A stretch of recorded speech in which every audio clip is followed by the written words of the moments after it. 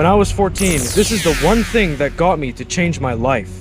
Have you ever ran into a guy that you remember from the past and all of a sudden he's miles and miles ahead in life? I'm a very productive, organized, hardworking person, but I wasn't always like this. It's take life seriously here. Throughout my childhood and when I was raised, I was just an average teenager. I was a video gamer. I was kind of purposeless like everybody else is today. I didn't really have anything going for me. I was chasing validation. I was hanging out with pointless friends or trying to fit in. And to be honest, I was kind of lost and I didn't really value myself. And one night, I think I was scrolling. I can't remember the details of this time because it was a very long time ago, but what happened was I was scrolling as I usually did, and then I saw a very unique short that really appealed to me.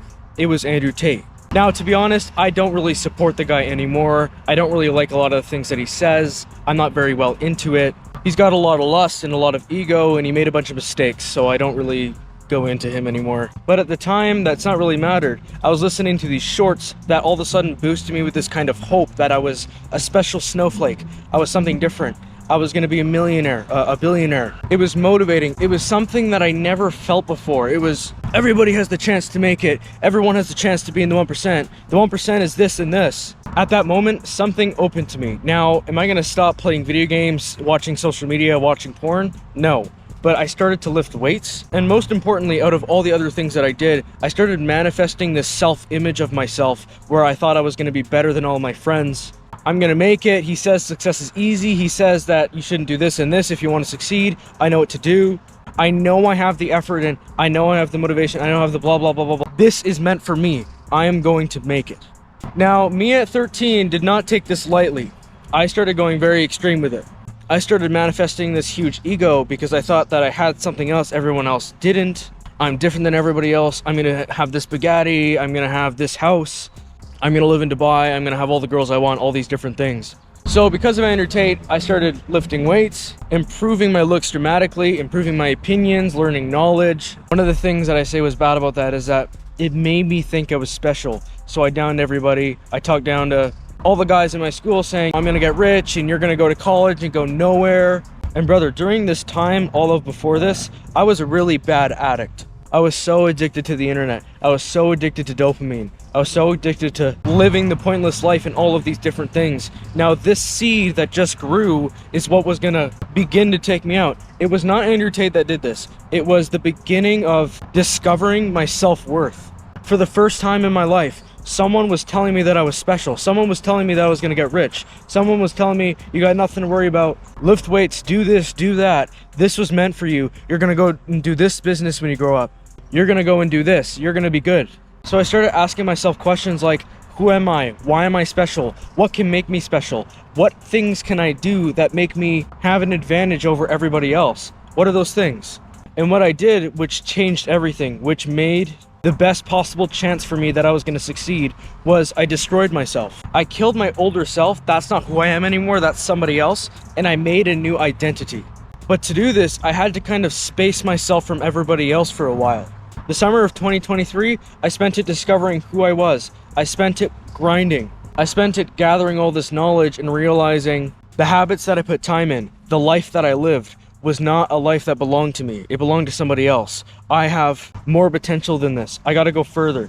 It is crazy how many embarrassing moments that I went through, how many things that I went through to learn the things that I've learned today, because I was learning in such a fast pace that it looked really extreme on me. I was super Andrew Tate-y. I had these very extreme viewpoints. Now, they're not extreme, they're just underdeveloped. They're similar to the viewpoints I have today. I mean, not a lot of them are, but some of them are. But they were just really not thought through because I watched an Andrew Tate short and it made a lot of sense. So I'm going to say it here, and then I inspire half the people, and then half the people are like, what? But it was all a factor of growth. Bro, if you don't go through that extreme period where you look back and you're like, oh, why did I do that? Why did I do this? This is, come on, man. And you were just completely extreme the other end, and you did stupid things. You talked to the wrong people. You did the wrong things so that you could learn the lessons that you learned today. If you don't have that, then sorry to say this, but you'll never be in the 1%. You need to go through that phase where you're constantly humiliating yourself by asking too many questions or going extreme to the other end, making mistakes, looking like an autistic fool. Bro, I got labeled autistic so many times throughout high school. It was all because I wasn't afraid to learn. And the way my brain worked, I learned things on such a logical format that it kind of looked weird for everybody else. And because of this, my social cues were bad.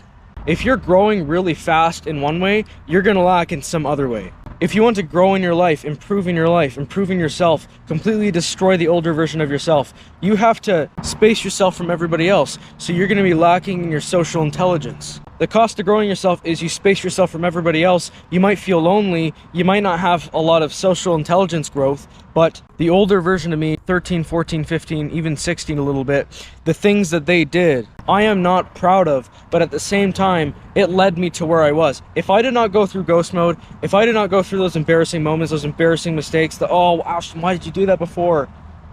Why did you go through that phase? I went through Andrew Tate phase. I went through try to get girls phase. I went through all these other different things. A lot of it, I look at it and go, none of those phases mean nothing. They didn't teach me a single lesson.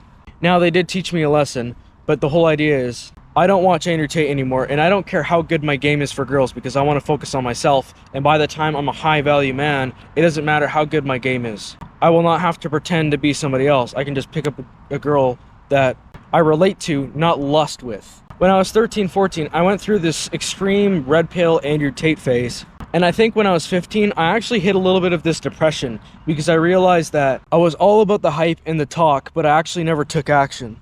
A lot of the things that I said were not really true, and it was taking a hit on my ego and my self-worth. I realized that through all this talk, women actually didn't find me interesting. And at this stage of my life, I still wanted a girlfriend. And what really happened was when the noise, the cloud, the fog all disappeared, I realized that I didn't really have a purpose. Even though Andrew Tate gave me purpose, I didn't have a purpose, if you know what I mean. It was the mental masturbation. It was the, oh yeah, I'm gonna do this, I'm gonna do this, I'm gonna do this, and you actually don't do it. The whole idea of this Andrew Tate phase that I had was, it was all about thinking what I'm gonna do. I'm gonna do all these things, everybody's gonna like me, all of the women are gonna like me, blah, blah, blah. But when I don't do it, when I don't take action, when none of the women are actually interested in me, when everyone thinks that I'm just an idiot, none of these egotistical expectations are met, and I got depressed. Because to be honest, my ego kind of became my purpose.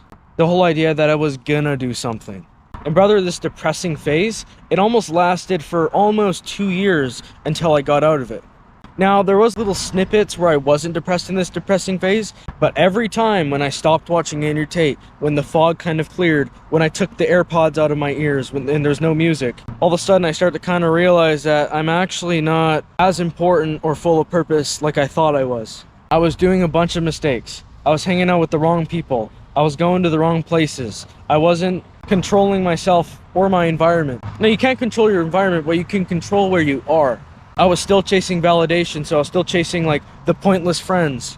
So when I wanted to see these pointless friends and talk with people because I was a lonely person that lacked self-worth from the inside, I would go to places like the smoke pit to hang out with them. What do you think that does to you, bro, when you're in the smoke pit? Especially when you have these expectations that you're gonna be in Dubai in 10, 15 years or something. One of the things you should take from this video is control where you are. If you got friends that go to the smoke pit, bro, let's hang out sometime. Don't go to the smoke pit. Don't go around where low-life people go around. And I think it was about fall of 2025 when I realized that none of that stuff matters. The Andrew Tate doesn't matter. The ego doesn't matter. How people look at you don't matter. What matters is what you have going for yourself. What is your purpose? I didn't have a passion. I needed to have a passion. What is it that you're good at? What is your strength? Well, when I watch these Andrew Tate shorts, I kind of link with them somehow. Throughout my childhood, I've been always a big YouTube junkie. I started editing videos when I was 9 years old. And I don't know if it runs through my blood or if it was because of Andrew Tate, but I'm very good at speaking. Speaking in terms of I can go deep with certain concepts. So I was like, okay, you know what? I'm gonna start a YouTube channel. I'm gonna start speaking online. This is not the only YouTube channel I've made. I've made many channels previous to this one. The whole idea here is because I've gone ghost mode or whatever you want to call it, I improve so much faster than normal people do. Now, I don't want this to sound very egotistical. I'm not saying I'm better than everyone else. Everyone else has a different way of learning. I'm saying, if I were to be honest, every month I'm a different person. Almost every week at certain points of my life, I was a different person learning a different lesson. I think 2023 is where I had the most growth in my life. Through 2023, I was learning a new lesson every freaking day. I was a different if you came and talked to me, I was a different person every week. I didn't know who I was. I was trying to figure it out. I was trying to figure out the Andrew Tate lessons, all the different things that I was hearing. 2023 was actually the first year I wasn't in this private school. I'm probably going to go deeper to it in a different video, but throughout 2020 to early 2023, I was in a private school. I was stuck in a school that did not have many people, and a lot of the people were kind of disabled because it was for special ed kids. All of those things I'll go deeper in with a different video. But through 2023 to maybe a little bit of 2024, I was actually decently getting bullied, I would say. Bullied in a way where I kind of deserved it because I was letting it happen, because I was being super confident with underdeveloped opinions. I was very extreme towards certain things. I had very awkward social cues, so when I was supposed to do something or not supposed to do something, I wouldn't really know very well, because for one, I was stuck in a private school, and two, it's just kind of the way my brain works. I learn things in a very logical format, so it's very different to me. Now, the reason why I'm telling this story in this video is because if you want a shot at succeeding in your life, you need to understand what you kind of need to go through. Now, you don't need to go through the same thing that I went through, but you're gonna go through something similar if this is what's meant for you. You're gonna go through a stage in your life where you're very vigilant, very ready for growth, but you're very confused, you're very trapped. And if you haven't gone through this already, you need to go through it now. I know people that are my age that have not gone through this, and they are the same person every single year after year. They do not change at all. It's so sad to see, like, 2023, I see some kid, his name is Jared or something. He's just kind of insecure, or he talks a lot, or he kind of trolls you. He just trolls you. He trolls everybody that's looking for growth. And year after year, he's the exact same person with the exact same haircut, with the exact same muscle mass. His addictions are the exact same. He eats the exact same food. He doesn't change his diet a little bit. I see success in a person who is completely different basically every day. They're super open to different ideas. They're thinking thoughts. They're thinking, what's the purpose of my life? Why am I here? How do I beat this addiction that I have? Why do I feel lost? How do I fix it? All those different things. And they're a different person every day. They have a different concept they're dealing with every day. One day they're lonely, then they're envious, then they're prideful, then they're lustful, then they're this, then they're that. Always growing, always changing. That's what ghost mode is about. That's what disappearing from everyone else and then coming back all of a sudden is about. Now, when I say disappear from everyone, I mean the pointless friends, all of the women. There's some people who are like, man, I'm banging all these bitches during my ghost mode. Don't do that.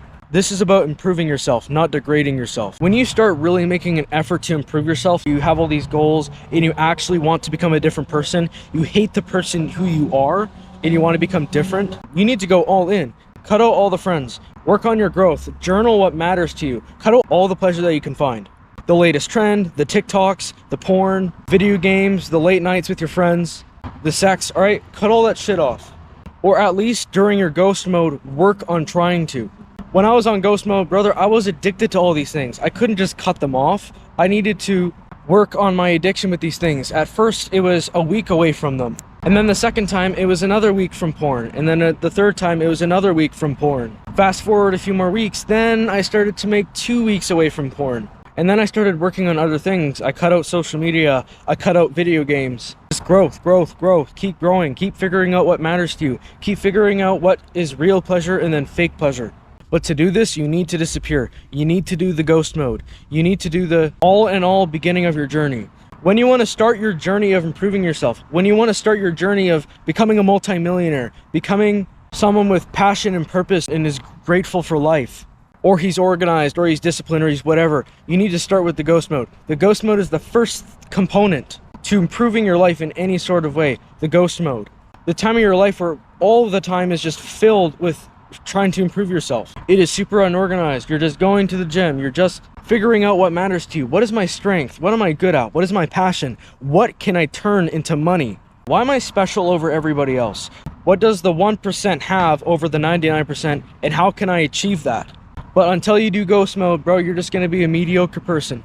Even if you kind of look cool in front of your friends, maybe you genetically have big biceps or something, you know, you kind of have a big frame and you're just genetically looking good or whatever.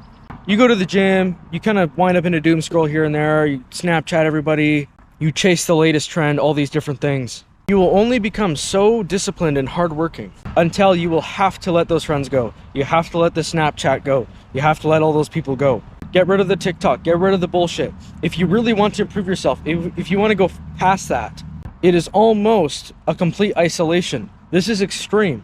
Like I said, there needs to be a period of your life where you're kind of extreme with it. And if you don't go through that, if that's not what you have, if that's not what you want to do, then I guess you're just not aggressive enough for success. I hope you enjoyed this video. I hope that if you haven't already, you start entering that period of your life where you start working very hard on yourself. Make sure to take life seriously. See you guys next time. Peace.